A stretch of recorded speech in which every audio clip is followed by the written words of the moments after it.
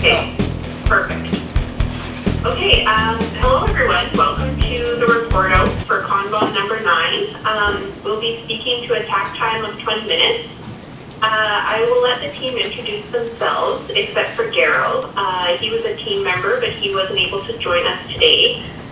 As for myself, my name is Leslie Sherrivolk, and I was one of the co-leads for this Kanban. Okay, so our project form. So the current state when we came in the storeroom was that sometimes we had too many dry goods that could expire before use. We could run out of stock at times because it was based on the menu. So we have a 28-day menu for the wards and long-term care, and a 3-month menu for the cafeteria, which could make a little bit of our usage data a bit strange, because it looked like it was being used at a lower rate, but we'd actually used quite a bit of it at one time. We had some issues with back orders and special order items, so they would come in and we would have way more than we need, and then we would run out. We didn't really have par levels that were known except for in the receiver's head, and the same for the work standards and standard works. We didn't have anything set out on paper, it was all just kind of in our receiver's head. Discontinued products were also not always used up prior to them being removed from the menu, so it could lead to some issues with them sitting on the shelf and expiring as well. Okay, so I already spoke a little bit to the starburst on our value stream map in terms of the current state in the project form. So to help us understand the process of receiving, we did some timings and discussed it step by step with the receiver. I just wanted to point out the first timing that we did. The receiver checked the inventory to complete the order. So that was a visual scan that's done prior to placing an order. Okay, so this is our time on form, which we did to gather our time. But I just want to point out that it's not really about the time for us. It's kind of about streamlining the process, so they're not hugely key in this process.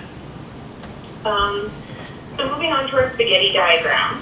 So that visual inspection that they did every day, it was 158 steps, which equals about 237 feet. So it's quite a walk for them every time they did this inspection of the dry goods. Okay, moving to the recovery setup sheet. So the time spent in the sheet was actually monstrous. So Darcy spent quite a bit of time prior to the Kanban taking out our usage data. Wanda and I spent countless hours going over it as well to set our reorder points. And then we had the receivers, Brandon and Daryl, go through it again just to pick up on those items, like I said, that we might be using all at once rather than daily, and just to verify those numbers. So we've actually spent weeks on this. It's 424 items and 36 pages. So it was an absolutely monumental task to go through this. I also wanted to point out the almond extract second from the top there that's highlighted in red. So this was our way of flagging our special order items on the setup sheet so that we could kind of determine a more appropriate lead time for them coming to us. Okay, so our target progress report, the total number of products again was 424. The receiver's walking distance was 237 steps, and that visual inspection that they were doing was 23 minutes of time. Okay, and now I'm going to pass it off to Vicki.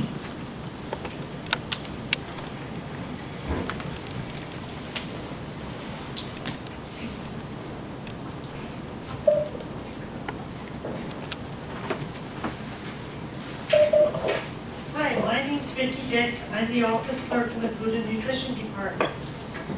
Now, for our cards, all the cards were read at the start, the formula and the dry good Kanban cards. So we decided the dry good cards should be made yellow because they also used yellow for coding on their invoices and stuff. And there's the red card, and now we have the yellow for the dry goods.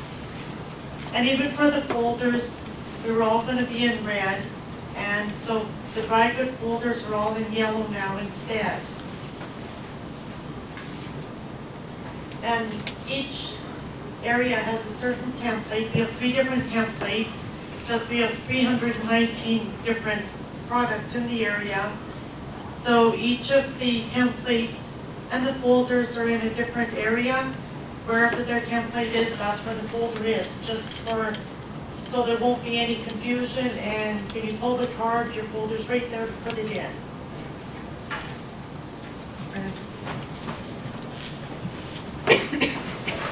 Hi, my name is Brandon Leslie. I'm a receiver in the Food and Nutrition Department. And we came up with the idea to adjust our order templates to correspond with the physical location of the items, corresponding with the carts. So before, we used to have items from all over the storeroom on each template. It was kind of just mixed-matched in there. So now we have all of these different carts here, ranging from C all the way to S, as we have 390 items, as Vicky stated. So this was just a way to organize it all and make the ordering process flow a little faster with the new Kanban cards. And this here is one of our ordering templates. It's 3 pages long, has about 150 items on it, and it is our largest template by far. The reason why this one is so large is because it has most of our salad dressings and spices, which are not ordered with any great frequency at all. So that's why they're on there. And then we have the work standard here, which goes through how we go through our ordering process, which is we're coming in the morning, we'll grab all of our sheets, or all of our folders, and we'll sort out the cards and order them off one by one for our templates. And then any cards that were ordered go into an ordered folder, and any cards that we know are going to be a back order go into a back order folder.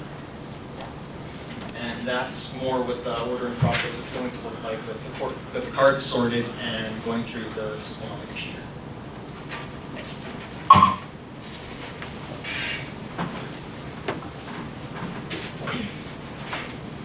Hello, I'm Brett Kergers. I'm one of the food service managers in the dietary department.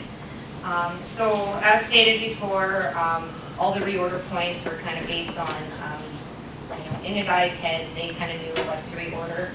So we needed a way to make it visual so that anybody coming into the store, if they could pull the Kanban cards. So like we said, we have about 391 items. Those items range in some that are used every day to some that are maybe used once a month. Some that have to be ordered in case sizes, some that have to be ordered in bags.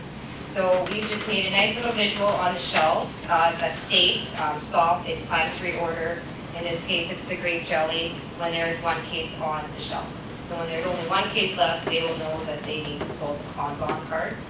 As well as for some of our other items, instead of case sizes, it would be 1 jar, 1 container. So then our next issue is with the discontinued items. There was no way to know that they were discontinued on the shelf, what was happening with them. So we decided that aside from the yellow Kanban card, we would make a different colored card to flag that these items are now discontinued. So you can see the little vinaigrette up there. It's got no Kanban card, no nothing. So anybody would just kind of walk in there and wonder what's going on with this item. Is it being reordered or be Kanbaned? Is it just sitting there? What do I do with it?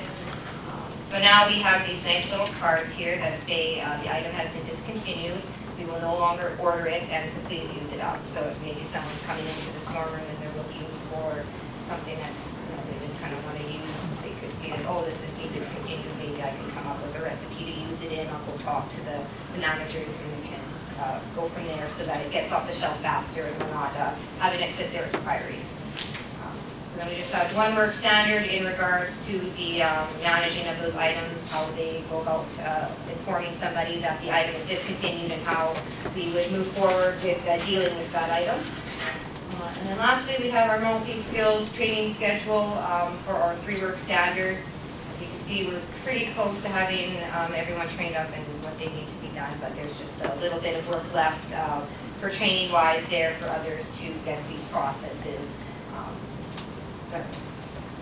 Pass it on to Wanda now, and we'll finish this up.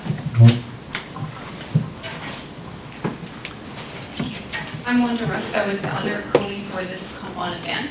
So we have our post-value stream map, and as Lexi said, our very first process box was where we made the most difference in time. Prior to the event, the receivers actually did a visual scan of all the dry goods prior to each order date. So they would actually scan the entire dry goods area. Now with the Kanban system, they simply go pull the 3 Kanban posts related to dry goods and sort the cards. So we went in that first process box from 23 minutes down to 2 minutes. The rest of our process stays virtually the same. They don't have control over when this order comes in or the restocking of the shelves. That takes the same amount of time, pre-Kanban and post. So the majority of our work, however, wasn't really focused on reducing the time. It was on the quality of the products that they had on the shelves and making sure they had the right products there when needed. And so we have eliminated a fair number of Kaizen bursts from the diagram. So special order items we were able to identify and put in those appropriate lead times into the setup sheet. So those items are ordered and will be received in order to keep that stock up. Now, the special order items, just to note, they're not specialty products. All it means is that the supplier doesn't have enough demand for them in the province, and they supply other institutions besides healthcare to keep them in their regular warehouse. So an example of this is arrowroot cookies are considered a special order, and so we have extended lead time to get those cookies that the hospital uses on a regular basis, so we needed to factor that into our setup sheet. So that has all been taken care of with this Kanban.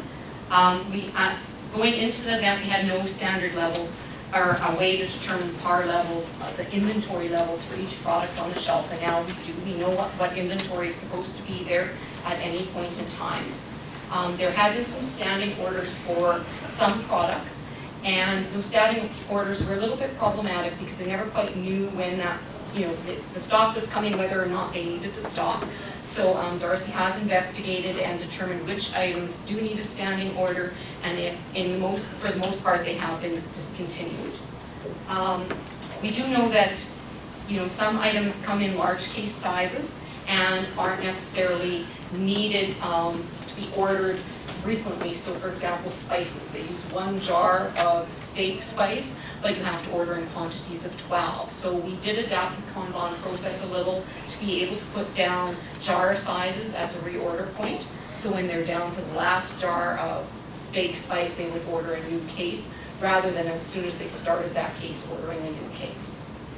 We also identified a process, or created a process for identifying back-ordered items in the dry goods area and knowing what's back-ordered and when it should be expected. And then the process that Brett described about having a visual reminder of what items are discontinued and having those process to use those items up before they become expired sitting on the shelf. So that our spaghetti diagram, you'll see that it's different from the post diagram, is different from the pre-state. The receivers still do have some walking to do when they go to collect the Kanban cards for their order, but there has been a great reduction from the pre-Kanban state, from 237 feet down to 70 feet. And our target progress report. So only the areas that we were looking at or made improvements in are listed. So inventory, we went from a total of 424 products pre-Kanban to 391 products post-Kanban. Walking distance from 237 feet down to 70 feet, so an improvement of 70%. Lead time lead time, there was a slight reduction just from that reduction in that first process piece. And the cycle time for determining the order went from 23 minutes down to 2 minutes, so a 91% improvement. Our event newspaper, now at first glance it looks like there's a lot of unfinished items, but most of the items that are sitting at 25% are, they've been identified and they're just, a simple addition to a software application. And quite a few of these actually fall to Lexi, who was co-leading on this event, so she's going to wrap these up in the next week or so when she gets back to her regular job. The one item that does require some work and that we have left for Darcy to do is ensuring that all the food and nutrition areas are aware of the Kanban that has occurred in dry goods and what the inventory levels will be. Right now, different areas within the kitchen and nutrition services come in and access those dry goods, so they may take out a quantity of baking powder to their station and utilize that product from their station. And sometimes there is potential for them to take out more than is needed at the time, and that would result in under inventory being in the dry goods area for somebody else to come and access. So just making sure that those areas are only taking what they need at the time and then come and get it just as they need it. So for workshop summary, we did establish a Kanban process for the dry goods area and dietary. We really worked hard to determine the lead time for all the special order items so that that could be factored into the Kanban cards and the reorder points. We did separate the ordering templates for the receivers into 3 separate ordering templates based on those Kanban zones. And it will just speed up their process because they'll not have to search through multiple templates to find that product. And we developed a number of different work standards that go along with those processes, and staff have been trained in those. And we have a number of thank yous. So thank you to Cynthia Decision, who is our Quality Improvement Office support on this event and kept us moving ahead with the Kanban process. A special thank you to Darcy Clemenhanga, who really worked with us a lot on that setup sheet. There was a lot of product and we had a lot of questions and we had to verify, it was drawn from an existing application that they have, and some of those products were no longer in the dry goods area. And there was a lot of back and forth, and she was very responsive to all of our questions during the prep as well as during the event week. And that really got us to, the end, having everything wrapped up at the end of this event. To the food and nutrition receivers, Daryl, Bill, and Brandon, a special thank you. They have a very small area and they're a very busy department. Things move very quickly there, and we were there for 3 weeks asking questions, having them go through the list again and again and again, and they provided really valuable feedback so that we really think that the Kanban and reorder points that they diligently checked and double checked will work for the flow of their product that goes out. And as others have spoken to, it's not that somebody comes every day and takes the same product out one at a time. There's ebbs and flows in their demand, and we really needed to make sure that we matched that. Thank you to Libby Stroman from our office, who was helped us a lot with formatting and printing and preparing all those Kanban cards. Without her, we would still be cutting and pasting it and doing that work today.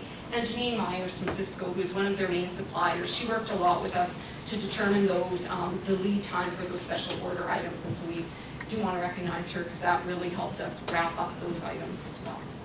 Thank